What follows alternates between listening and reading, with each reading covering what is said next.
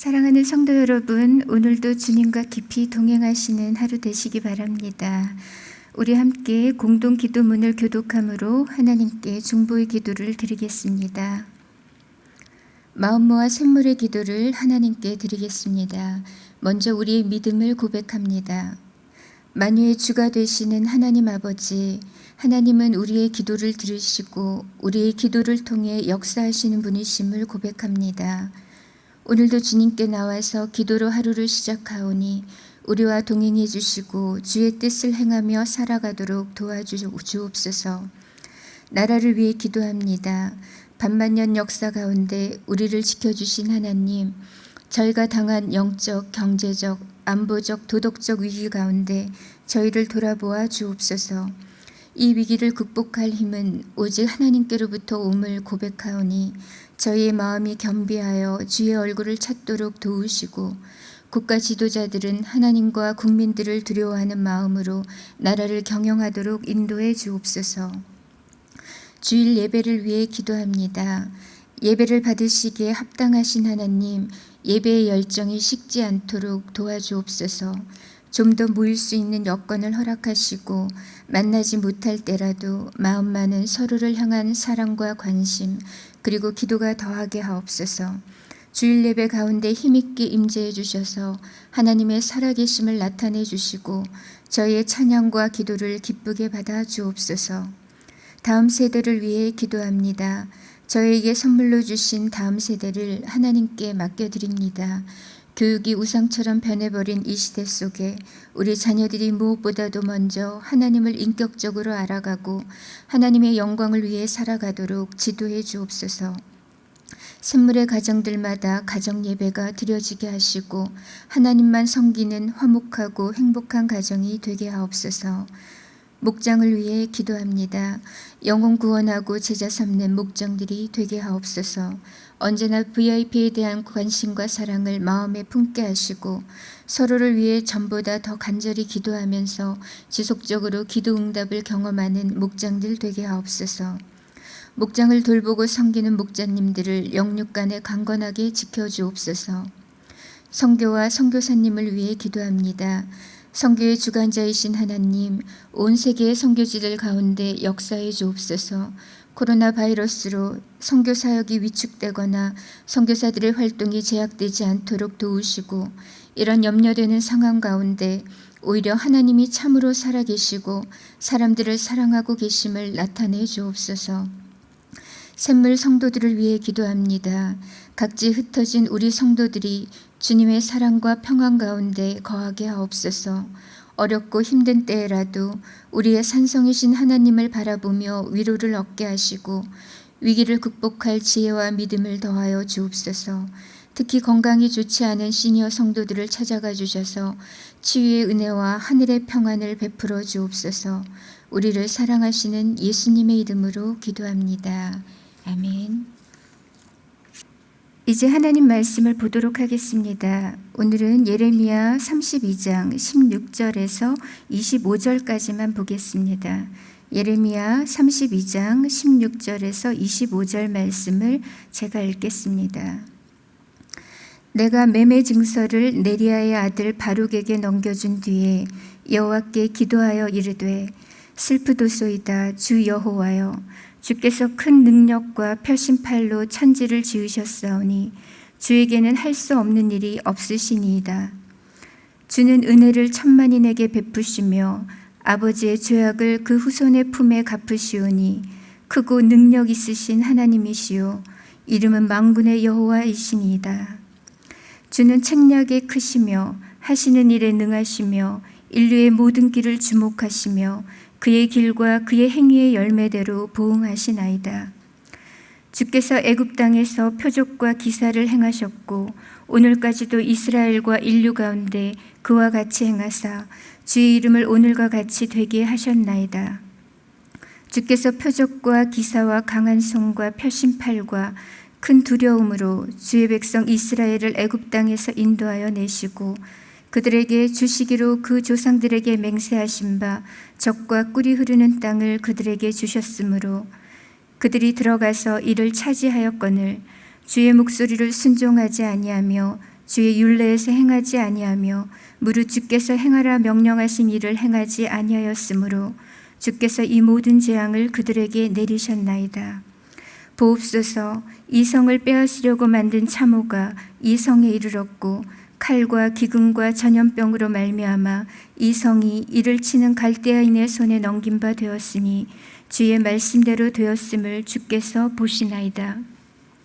주 여호와여, 주께서 내게 은으로 밭을 사며 증인을 세우라 하셨으나 이 성은 갈대아인의 손에 넘기신 바 되었나이다. 아멘. 지난달 7월 중순에 있었던 일입니다. 영화부에 그 예배가 끝난 후에 한 만삭인 아기 엄마가 제게 기도 부탁을 하셨습니다. 최근 변화된 부동산 시책 때문에 집주인이 갑자기 그 집을 비워달라고 한다는 겁니다. 자기가 들어와 살겠다고 8월까지 집을 비워달라고 했습니다. 그래서 이제 부랴부랴 여기저기 부동산을 알아봤는데 주변에는 아예 전세 자체가 없었고 집값도 많이 올랐더라는 거죠. 더더구나 둘째 출산 예정일이 일주일도 채 안 남은 상태였기 때문에 어쨌든 빨리 집을 구해야 하는데 집을 구할 수가 없으니 어쩌면 좋을지 모르겠다고 울면서 이야기를 했습니다. 제가 좀 더 범위를 넓혀서 동백이나 죽전 또 광주 쪽도 알아보면 좋겠다고 말을 했고 주님께서 또 분명히 좋은 장막을 예비해 주실 거니까 같이 기도하자고 했습니다. 그런데 바로 그 다음 날 집을 계약했다는 겁니다. 죽전에 그것도 깨끗하고 예산도 맞고 마음에 쏙 드는 집을 구했다는 거죠. 주일날 기도 부탁을 했었고 바로 그 다음 날 월요일에 집을 구하게 된 겁니다. 그리고 3일이 지난 후에 그 주 금요일에 이제 편안한 마음으로 둘째를 출산했습니다. 하나님의 절묘한 타이밍과 급속한 응답 주심에 대해서 얼마나 감사드렸는지 모릅니다. 사실 즉각적인 기도의 응답은 모든 그리스도인의 로망입니다. 우리 하나님은 완전하시고 선하십니다. 또 언제나 우리 생각보다 높으시기 때문에 어떤 때는 오래 기다리게도 하시고 또 어떤 때는 신속하게 응답하시기도 합니다. 그러나 우리의 기도가 좀 더 하나님을 기쁘시게 할 수 있다면 우리는 좀 더 빈번하게 하나님의 급속한 응답을 경험할 수 있을 것입니다.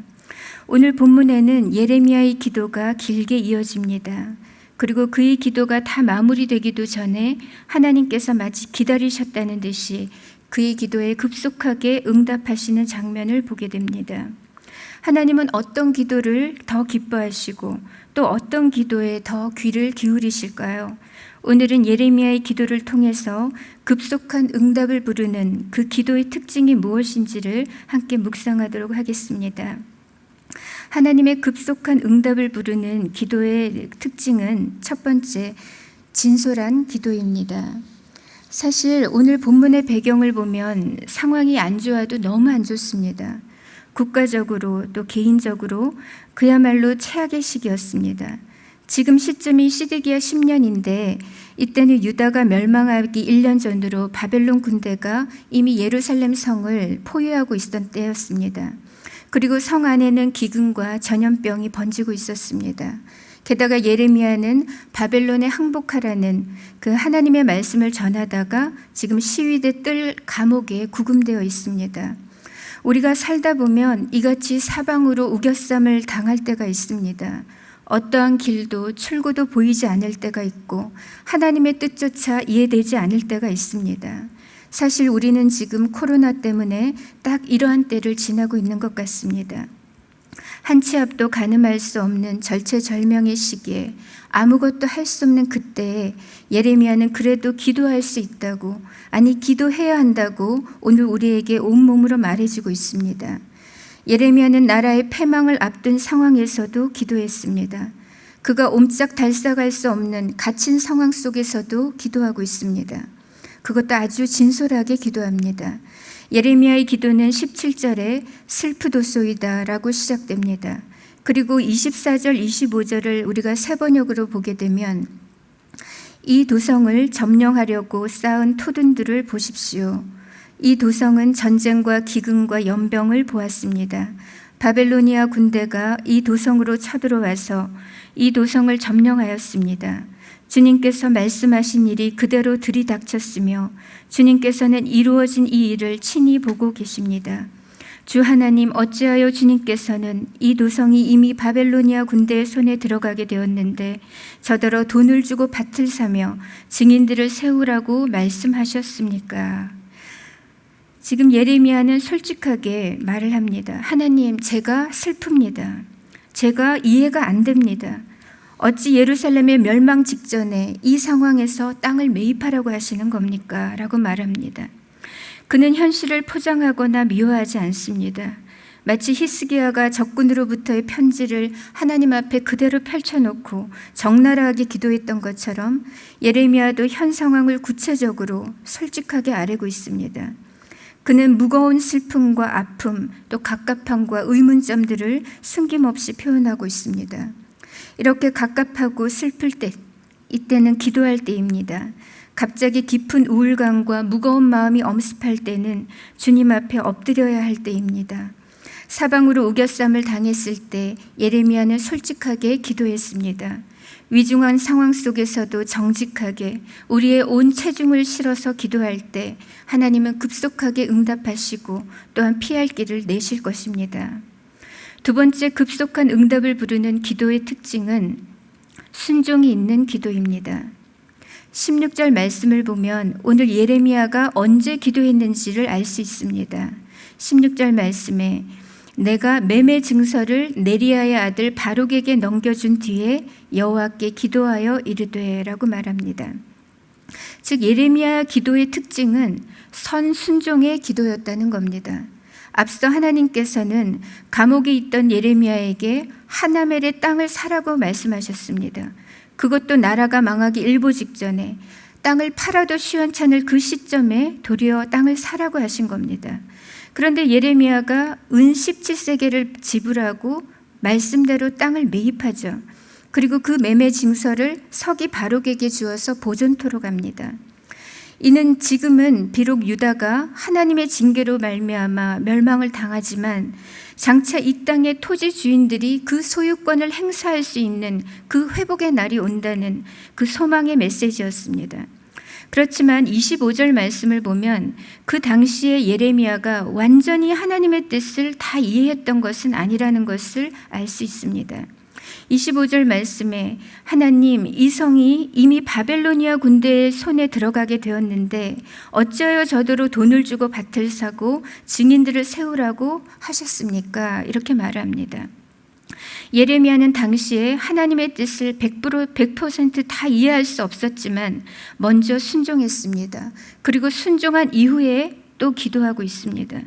우리는 순종하기도 전에 너무나 내 생각이 많고 인간적 판단이 빠르고 말이 너무 많습니다. 그러나 예레미야는 먼저 순종하고 나서 아뢰고 있습니다. 먼저 말씀대로 실행하고 나서 슬프다고, 어떻게 그렇게 하라고 하셨느냐고 다시 여쭙고 있습니다. 중요한 것은 내 생각, 내 형편, 내 판단이 아니라 하나님 말씀에 먼저 순종하는 것입니다. 예레미야의 기도의 특징은 먼저 순종하는 기도였다는 것입니다. 하나님께서 여러분의 기도에 정말 급속하게 응답해 주시기를 원하십니까? 그러면 먼저 하나님 말씀에 순종해 보시기 바랍니다. 요한복음 15장 7절에 너희가 내 안에 거하고 내 말이 너희 안에 거하면 무엇이든지 원하는 대로 구하라. 그리하면 이루리라고 하셨습니다.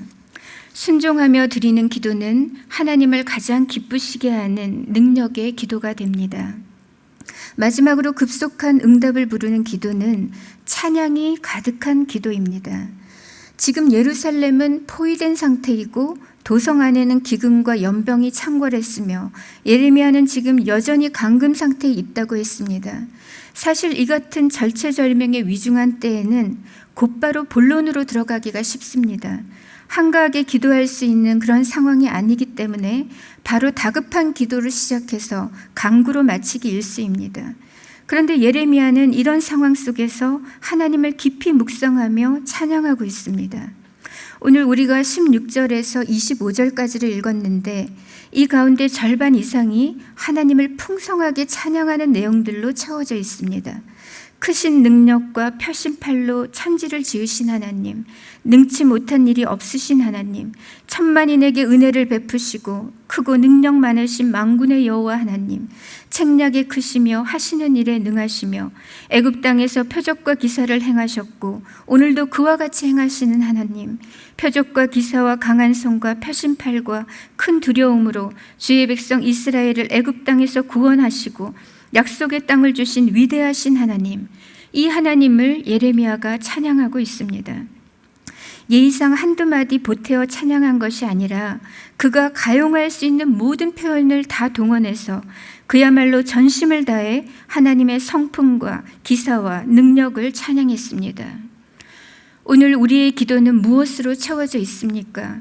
간구와 요구들은 많지만 상대적으로 하나님을 향한 찬양은 얼마나 빈약하고 또 빈곤한지 모릅니다. 우리의 기도 속에 지금보다 더 많은 감사와 찬양의 고백들이 있었으면 좋겠습니다. 우리를 향하신 그 놀라운 하나님의 은혜와 능력과 긍휼과 오래 참으심과 선하신 역사들을 기억하며 하나님을 찬양하는 그러한 고백들이 정말 많아지면 좋겠습니다. 찬양이 가득한 기도는 하나님을 영화롭게 합니다. 그리고 그 무엇보다 하나님의 마음을 행복하게 만듭니다. 말씀을 정리합니다. 급속한 응답을 부르는 기도는 한마디로 하나님을 기쁘시게 하는 기도입니다. 하나님을 기쁘시게 하는 기도는 정직하고 진솔한 기도이고 순종하며 드리는 기도이며 찬양이 가득한 기도입니다. 오늘 아침에는 이러한 기도로 하루를 시작하셔서 하나님과 더욱 행복한 사귐을 누리는 날이 되시기 바랍니다. 기도할 때마다 하늘 문이 열리는 은혜를 경험하고 이왕이면 급속한 응답을 풍성히 경험하는 우리 사랑하는 성도님들 되시기 바랍니다. 이 시간 우리가 기도할 때 첫 번째로 우리의 기도가 하나님 앞에 진솔한 기도가 되고 순종하며 드리는 기도가 되고 또 찬양이 가득한 기도가 되게 해달라고 간구하겠습니다. 두 번째로는 코로나의 재확산을 속히 멈춰주시고 의료 시스템이 붕괴가 일어나지 않게 하시며 온라인 예배 속에서도 참된 예배자로 또 한국교회가 교회당 교회로 교회의 존귀함을 회복하도록 기도해 주시기 바랍니다. 세 번째는 수해 복구가 다 되지 않은 상황에서 또 역대급 태풍이 지나가고 있습니다. 다음 주에도 또 다른 태풍이 온다고 하는데 더 이상의 피해가 없도록 지켜주시기를 우리가 중보하며 기도하고요. 개인적인 기도 제목을 안고 하나님 앞에 아뢰도록 하겠습니다. 함께 기도하겠습니다.